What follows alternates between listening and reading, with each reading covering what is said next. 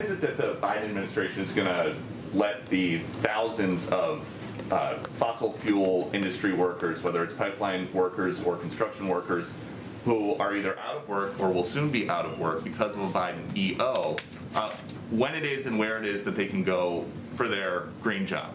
And that is something the administration has promised. There is now a gap. So I'm just curious when that happens, when those people can count on that.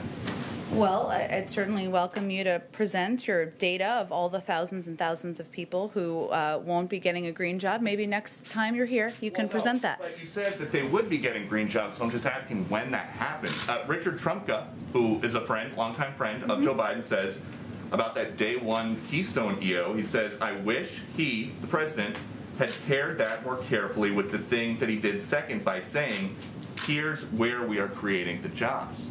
So there's partial evidence from Richard Trumka.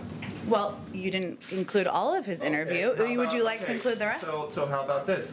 The Laborers International Union of North America said the Keystone decision will cost 1,000 existing union jobs and 10,000 projected construction jobs. Well, what Mr. Trumka also indicated in the same interview was that President Biden has proposed a climate plan with transformative investments in infrastructure and laid out a plan that will not only create millions of good union jobs, but also help tackle the climate crisis. And as the president has indicated when he gave his primetime address to talk about the American Rescue Plan, he talked about his plans to also put forward a jobs plan in the weeks or months following, and he has every plan to do exactly that. But there are people living paycheck to paycheck. There are now people out of job once the Keystone pipeline stopped construction.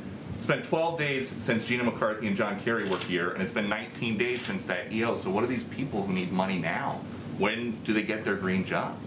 Well, the president and many Democrats and Republicans in Congress believe that investment in infrastructure, building infrastructure that's international interests and that boosts the U.S. economy, creates good-paying union jobs here in America and advances our climate and clean energy goals are something that we can certainly work on doing together. And he has every plan to share more about his details of that plan in the weeks ahead. And then just a quick one on the stimulus. There's reporting that House Democrats are going to come out with a $3,000 per child stimulus for some eligible families.